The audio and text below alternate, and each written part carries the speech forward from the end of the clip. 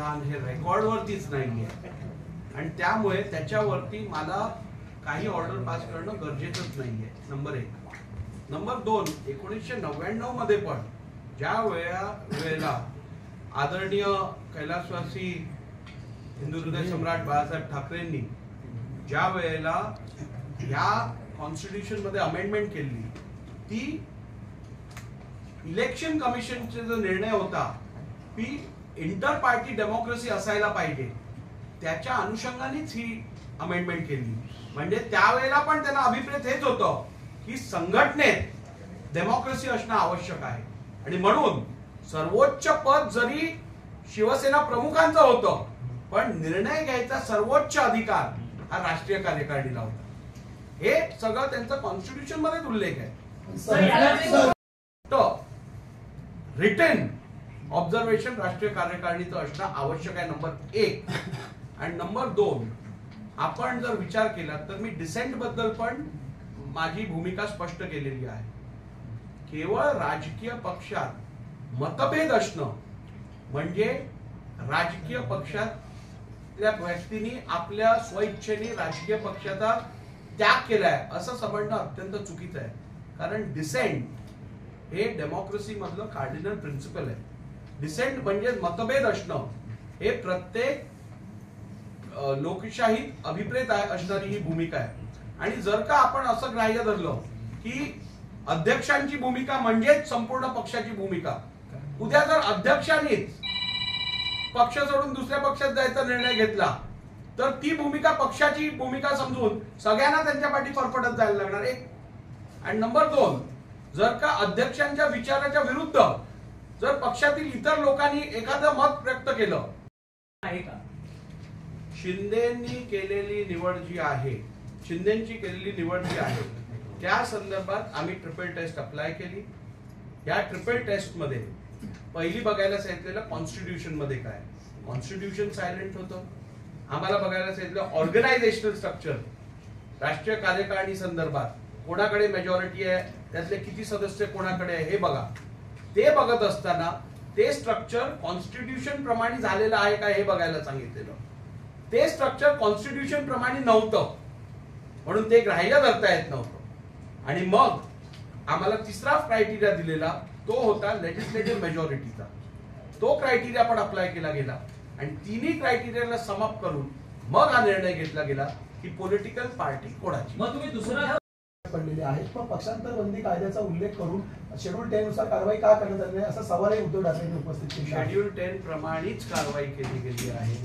Schedule 10 प्रमाणे ज्या वेळेला 2 गट दिसून येतात त्यावेळेला सुप्रीम कोर्टाने सांगितलं सर्वप्रथम अध्यक्षांनी हे ठरवायचं की मूळ राजकीय पक्ष कोणता गट रिप्रेझेंट करतो.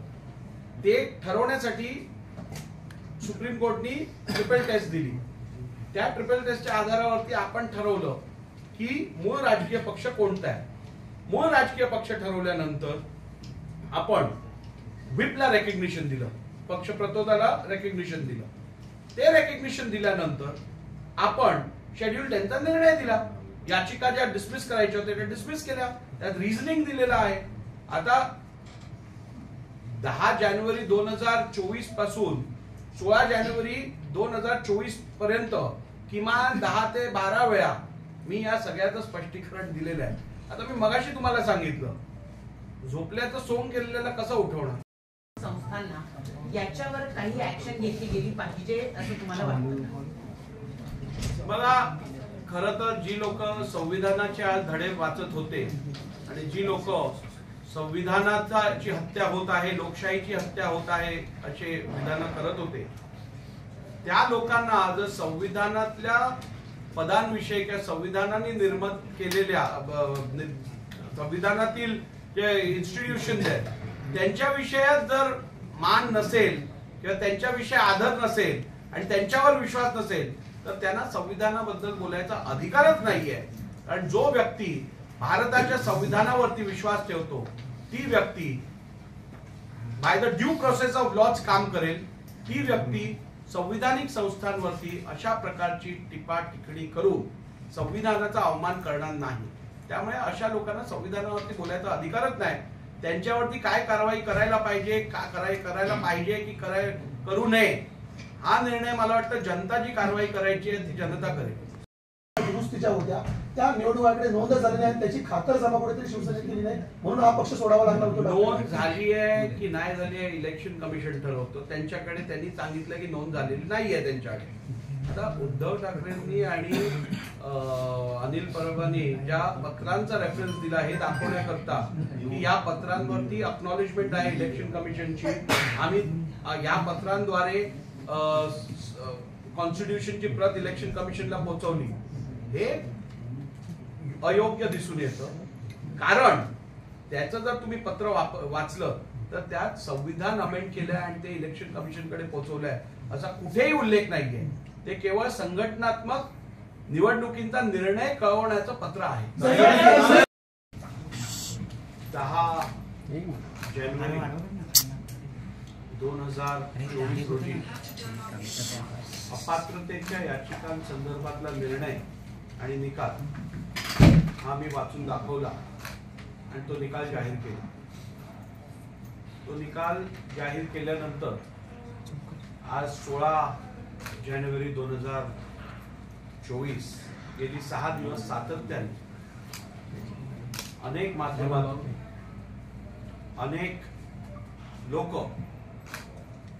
विशेषतः काही पक्षाचे पदाधिकारी,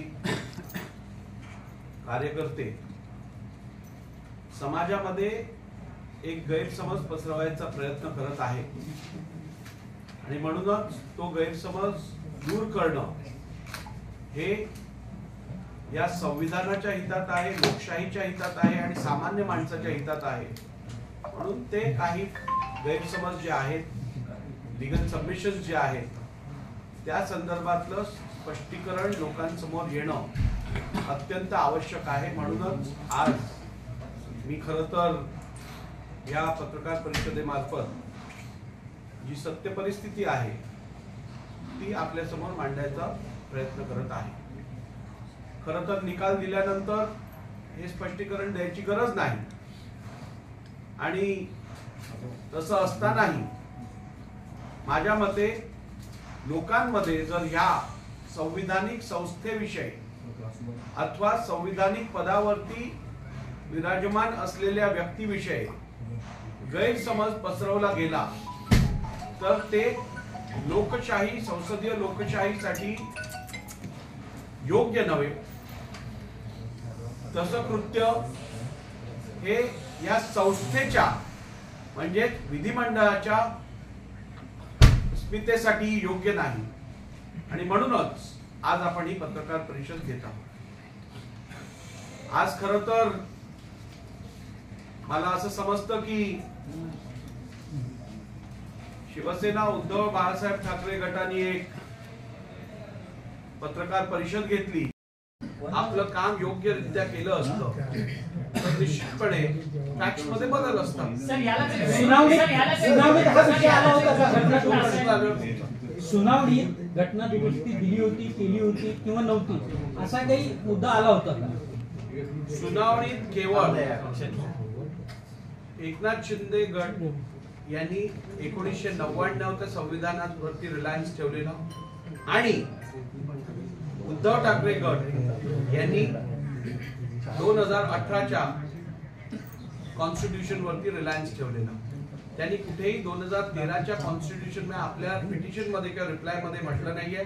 2013चं जे पत्र मी तुम्हाला वाचून दाखवलं ते पहिल्यांदा त्यांनी त्यांच्या ॲफिडेव्हिट इन एव्हिडन्स मध्ये सादर केलं आणि ते पण जे सादर केलंय ते मी तुम्हाला वाचून दाखवलंय.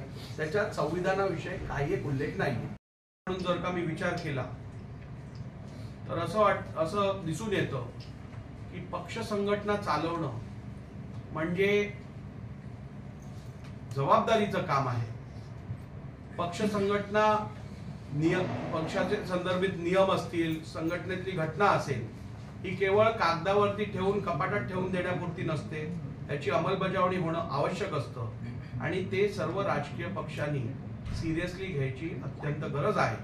अर्थातच अर्धवट अध्यक्ष म्हणजे अर्धवट त्या अर्थाने बोलत नाहीये, पार्ट टाइम अध्यक्ष किंवा पार्ट टाइम वकील हे काम पूर्ण करू शकत नाही. यासाठी पूर्णपणे स्वतःला पक्षाकडे डेडिकेट करायची गरज असते. ते पण लक्षात घेणं आवश्यक आहे. आणि कंपाऊंडर जेव्हा असे ऑपरेशन्स करतात त्यावेळेला त्याचा निकाल काय होतो हे आपण बघितलेलं आहे. त्यामुळे मला वाटतं आपण जे स्पष्टीकरण द्यायचं होतं ते दिलेलं आहे. धन्यवाद.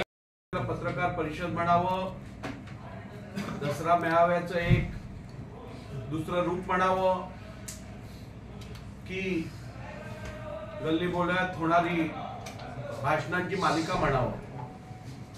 कारण माझी अपेक्षा होती की या पत्रकार परिषदेतनं किंवा या मेळाव्यातून कदाचित माझ्याकडनं काय चुकीचं कृत्य किंवा माझ्या निर्णयात काहीतरी चुकीचं झालं होतं का, काय घटनाबाह्य झालेलं का, नियमबाह्य झालेलं का, हे कदाचित दाखवण्यात येईल. परंतु राजकीय भाषण आणि केवळ संविधानिक संस्थांविषयी चुकीचे शब्द वापरणं, शिवीगाळ करणं या व्यतिरिक्त काही एक झालं नाही. राज्यपाल फालतू माणूस आहे. राज्यपाल ही एक संविधानिक संस्था आणि पद आहे. त्यांच्याबद्दल असे उद्गार वापरले गेले.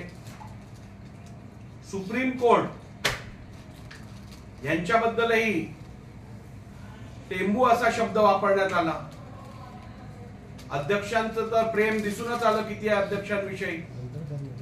त्यांच्याबद्दल जे काय म्हटलं गेलं ते आपण सर्वांनी ऐकलं.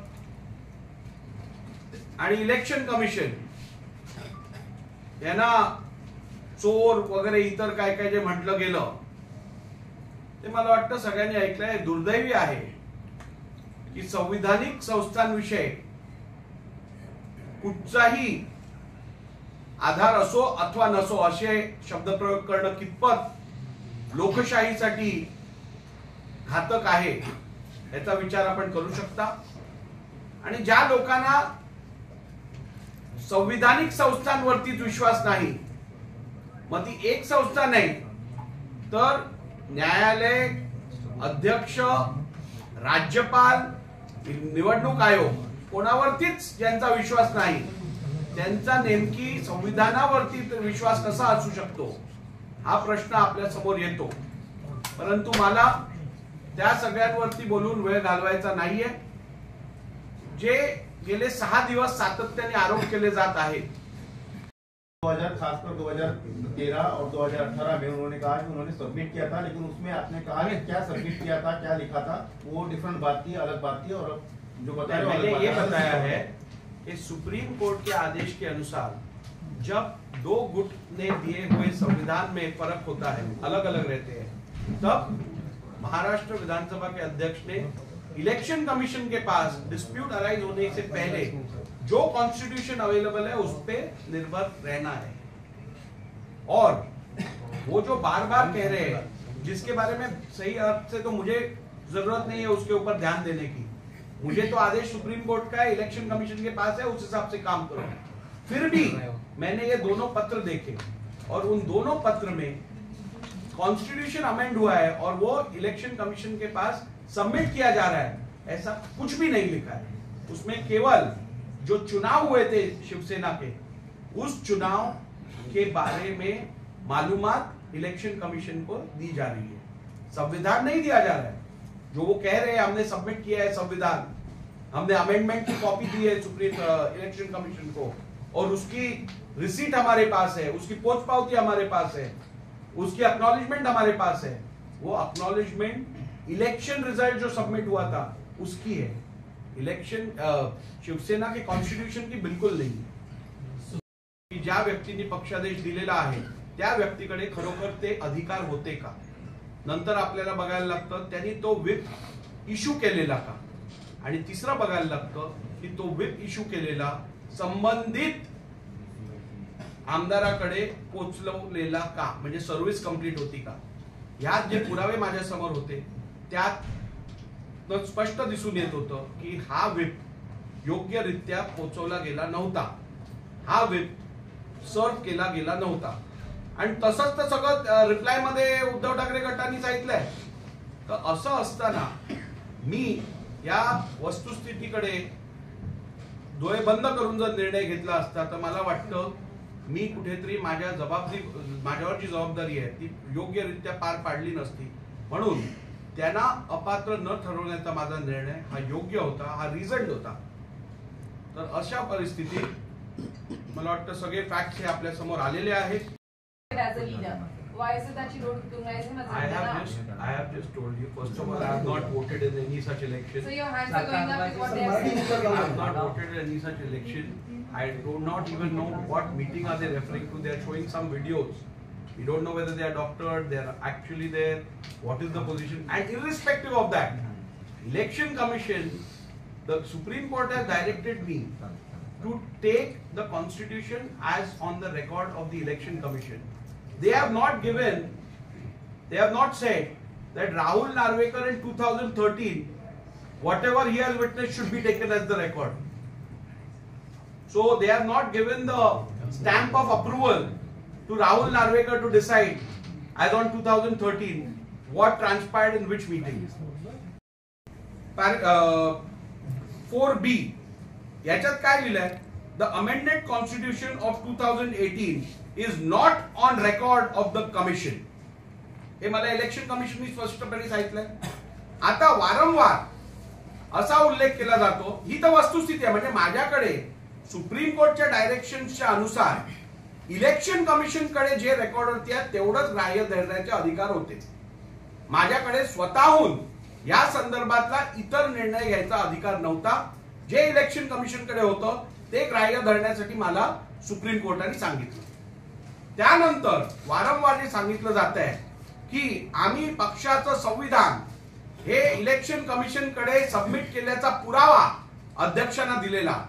ते कसं संपूर्णपणे खोटं आहे हे पण मला आपल्याला सांगणं आवश्यक वाटतं. सर्वप्रथम त्यांनी 2013च्या घटना दुरुस्तीचा उल्लेख केला. मला वाटतं काही व्हिडिओजही दाखवले. 2013 मध्ये जेव्हा मी शिवसेनेत होतो त्यावेळेला त्या मीटिंगसाठी उपस्थित होतो वगैरे. आता तो कुठचा नेमका व्हिडिओ आहे काय आहे हे काय मी शहानिशा केलेली नाहीये. परंतु राहुल नार्वेकर एक कार्यकर्ता म्हणून तुम्ही दिलेलं संविधान वर शिक्कामोर्तब करायचे अधिकार नाहीयेत. आणि मी जरी शिक्कामोर्तब केला तेव्हा तर ते काय ग्राह्य आणि योग्य आहे याचा अर्थ तो ठरत नाही. आणि नंबर 2, ज्या पत्राचा तुम्ही उल्लेख करत आहात त्यात संविधानाविषयी काही एक लिहिलेलं नाहीये. ते पत्रही मी तुम्हाला वाचून दाखवतो जे शिवसेनेने इलेक्शन कमिशनला दिलं असं ते म्हणतात. आणि त्याच्यावर इलेक्शन कमिशनचा स्टॅम्प आहे असं ते म्हणतात. त्या पत्रात काय उल्लेख केलाय बघा.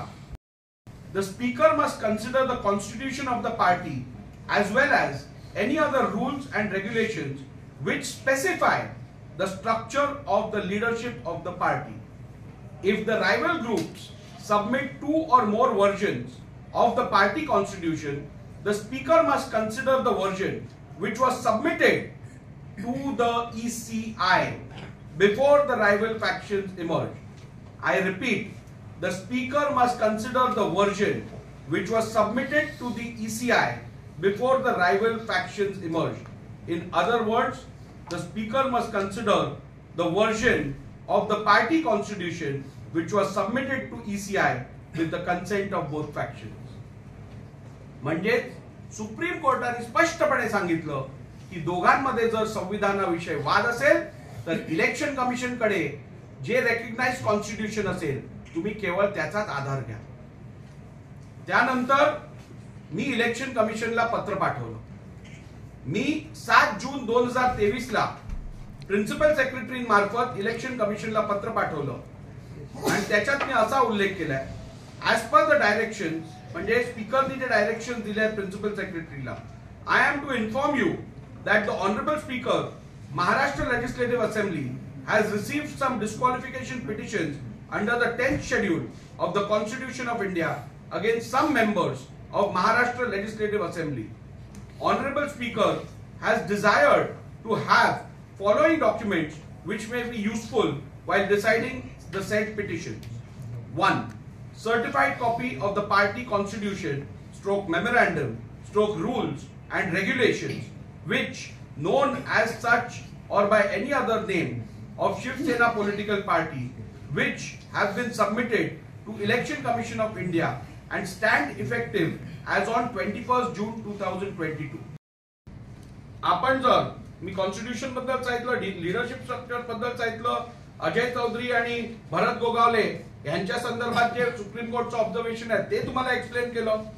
ट्रिपल टेस्ट सुप्रीम कोर्टनी काय सांगितलेलं, आपण ज्या वेळेला निर्णय घ्याल त्यावेळेला आपण तिन्ही फॅक्टर्स कन्सिडर करा.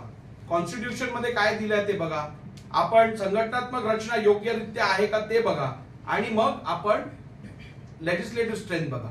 या तिन्ही फॅक्टर्सना कन्सिडर करून आपण कायदेशीर रिझन ऑर्डर दिली आहे.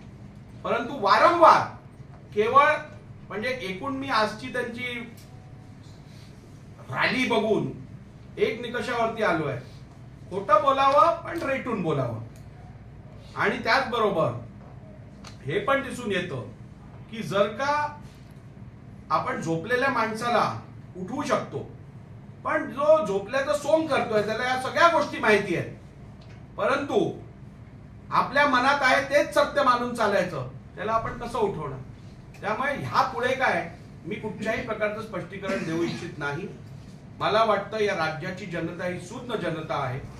या राज्यातली जनता जी सत्य परिस्थिती आहे ती समजू शकते, आणि म्हणूनच त्यांच्यावर विश्वास ठेवून पुढचा निकाल तेच देतील अशी मला खात्री आहे.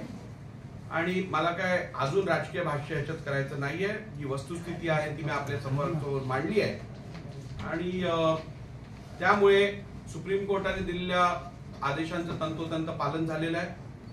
कायद्यात ज्या तरतुदी आहेत त्यांचं पालन झालेलं आहे. डिस्क्वालिफिकेशन संदर्भात जे सातत्याने विचारलं जात आहे की आपण उद्धव ठाकरे आपलं एकनाथ शिंदेजींना पक्षाचे अधिकृत नेता किंवा पक्ष हा त्यांचा गट रिप्रेझेंट करतो असं मान्य केल्यानंतर उद्धव ठाकरे गटातल्या आमदारांना अपात्र का ठरवलं नाही, तर आपल्याला माहित आहे अपात्रता 2(1)(b) खाली ठरवत असताना, म्हणजेच जर का पक्षादेशाचं व्हायलेशन झालं असेल, तो पक्षादेश समजा मान्य केला नसेल तर ते चेक करण्यासाठी ट्रिपल फिल्टर आहे. प्रमुख Shiv Sena leader, deputy leader. The last date for receiving the nomination was up to 3 p.m. on 10 Jan 2018. There was one nomination form received for the post of Shiv Sena Paksha Pramukh. 9 forms were received for the post of Shiv Sena leaders, and total 21 forms were received for the post of deputy leaders.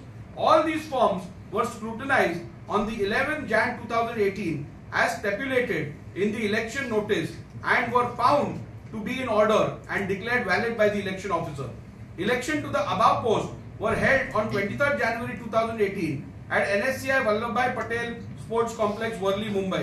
As per the program declared with the election notice, all the candidates were declared elected unopposed as the number of forms received equaled the number of posts. The election results were declared by the election officer in the presence of the representative members.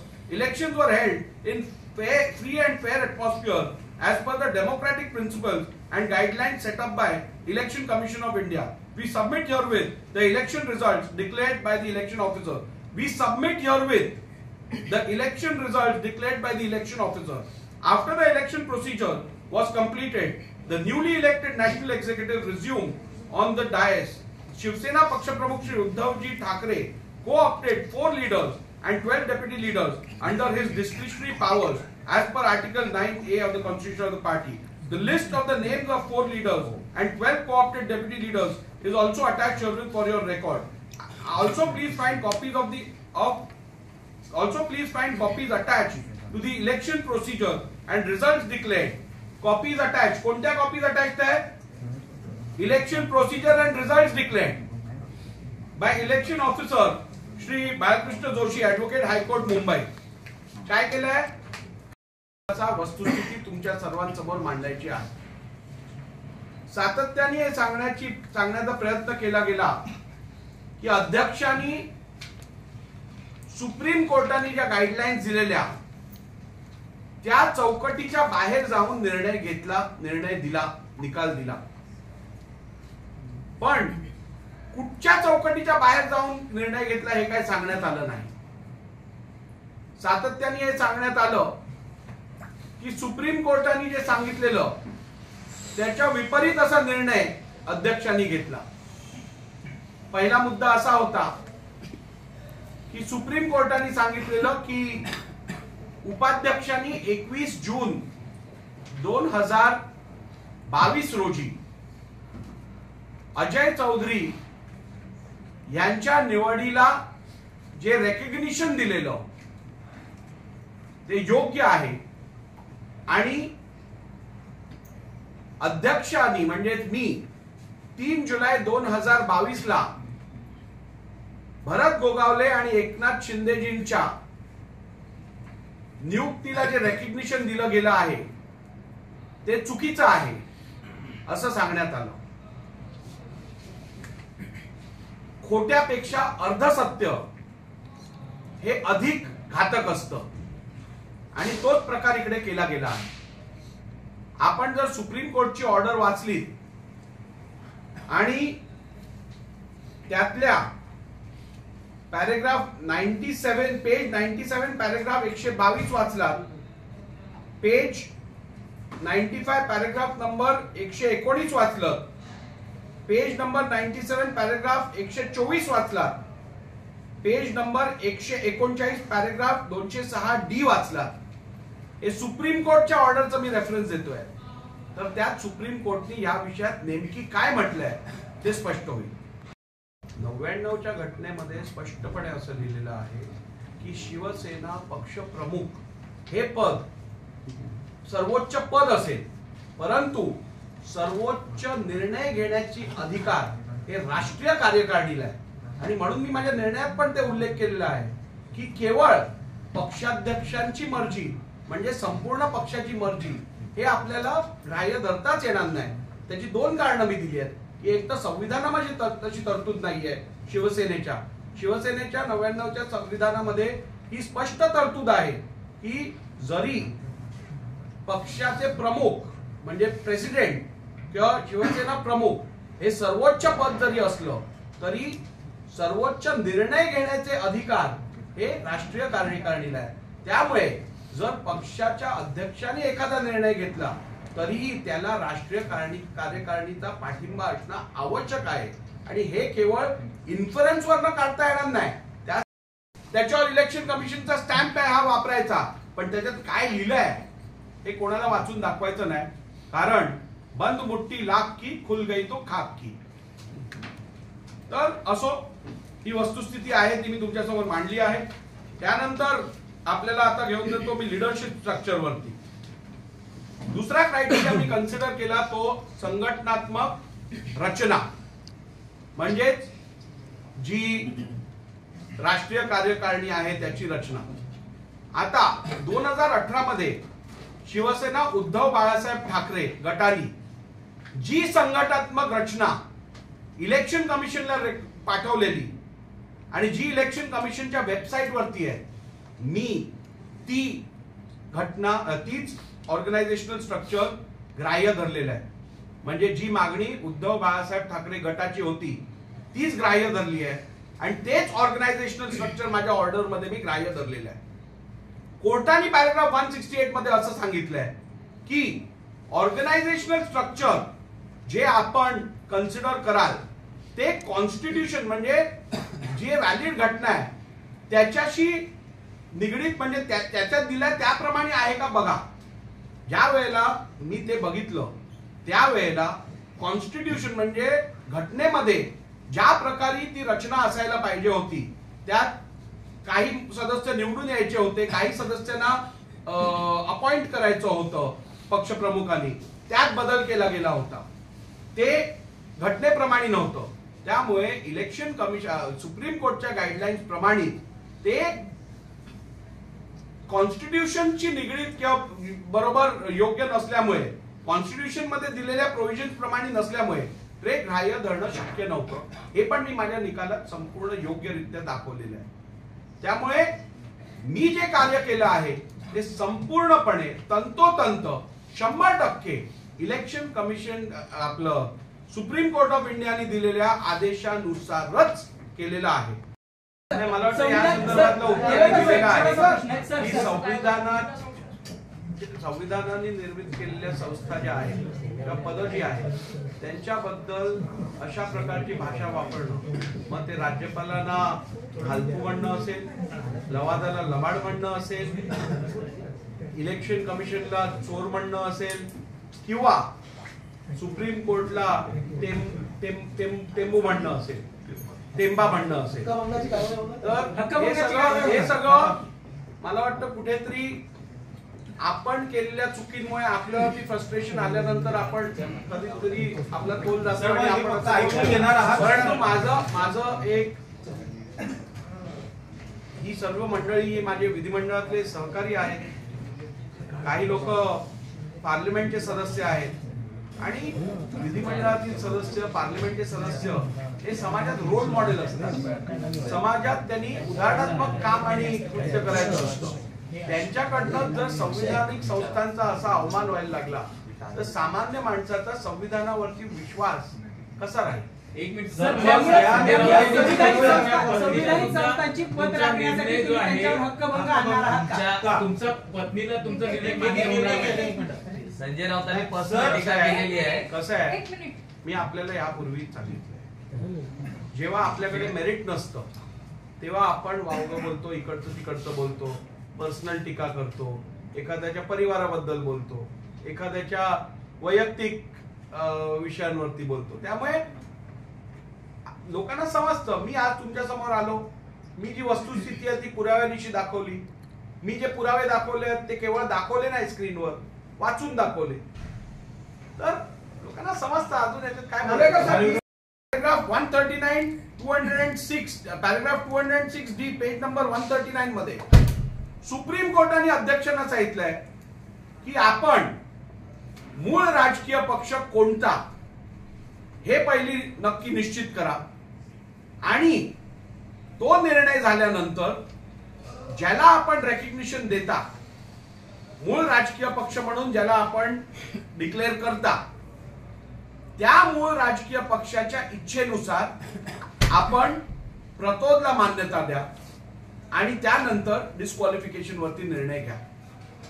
त्यामुळे supreme कोर्टाने असं कधीच सांगितलं नाही की भरत गोगावलेंची निवड ही कायमस्वरूपी चुकीची आणि अजय चौधरी किंवा सुनील प्रभूंची निवड ही कायमस्वरूपी बरोबर, असं सुप्रीम कोर्टने कधीच सांगितलं नाही.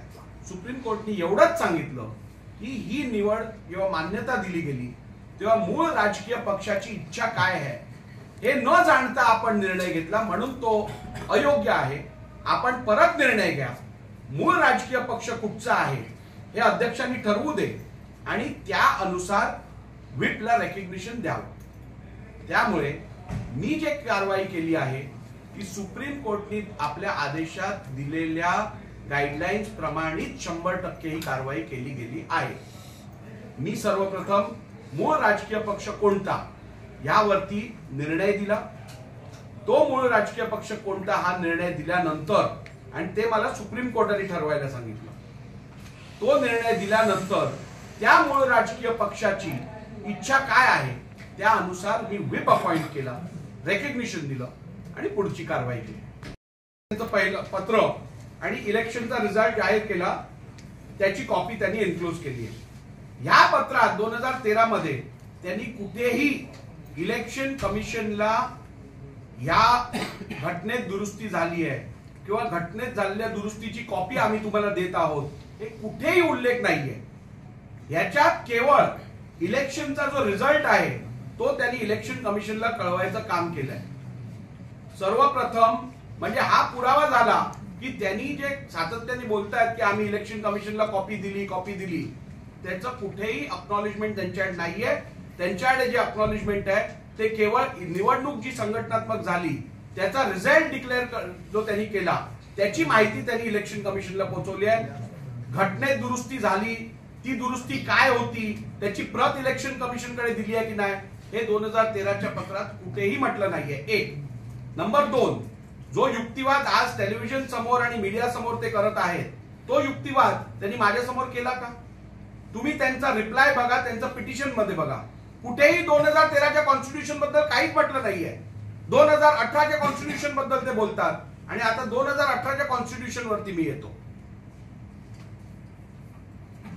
2018च्या कॉन्स्टिट्यूशन बद्दल ते म्हणतात की आम्ही पुरावे दिले आहेत, इलेक्शन कमिशननी ते कॉन्स्टिट्यूशन आम्ही त्यांच्याकडे सबमिट केल्या संदर्भातलं. आता हे अनिल परब हे सातत्याने हे 4 एप्रिल 2018चं पत्र इलेक्शन कमिशनला जे त्यांनी दिलंय ते सातत्याने दाखवत असतात. लक्षात घ्या, दाखवत असतात. वाचून एकदा तरी दाखवलं का? कारण त्यात काय लिहिलंय ते त्यांना पण माहिती आहे.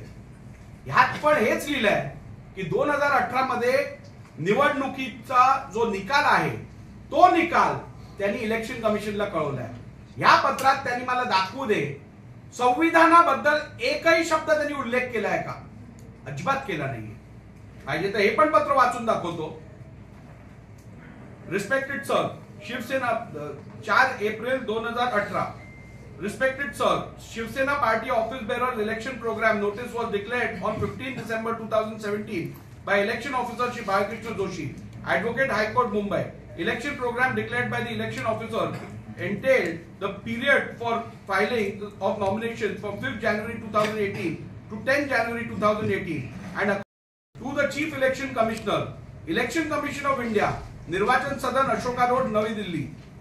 Respected sir, Shivsena Party Office Bearers Election Program Notice was declared on 17 December 2012 by Election Officer Shri Balakrishna Joshi, Advocate High Court, Mumbai. Application stroke nomination forms were invited for the post of Shivsena Paksha Pramukh, National Executive, Shivsena leaders and deputy leaders. The last date of receiving the nomination was up to 3 p.m. on 12 January 2013. There was one nomination form received for the post of Shivsena Paksha Pramukh. 9 forms were received for the post of Shivsena leaders and total 21 forms were received for the post of deputy leaders. All these forms were scrutinized on the 15 Jan 2013 as stipulated in election notice and were found to be in order and declared valid by the election officer. Election to the above post were held on 23rd January 2013 at Shivsena Bhavan, Dadar, Mumbai. As per the program declared with a election notice, all the candidates were declared elected unopposed as the number of forms that were received equaled the number of posts. The election results were declared by the election officer in the presence of the representative member. Elections were held in free and fair atmosphere as per the democratic principles and guidelines set up by Election Commission of India. We submit herewith the election results declared by the election officer. After the election procedure was completed, Shivsena Paksha Pramukh Shri Uddhavji Thackeray co-opted 6 deputy leaders and his absolute discretionary powers conferred upon him as per the Shivsena Constitution Article 9A. The list of 6 co-opted deputy leaders is also attached herewith for your record. Also, please find copies attached of the election procedure and results declared by election officer Shri Balakrishna Joshi, Advocate High Court, Mumbai.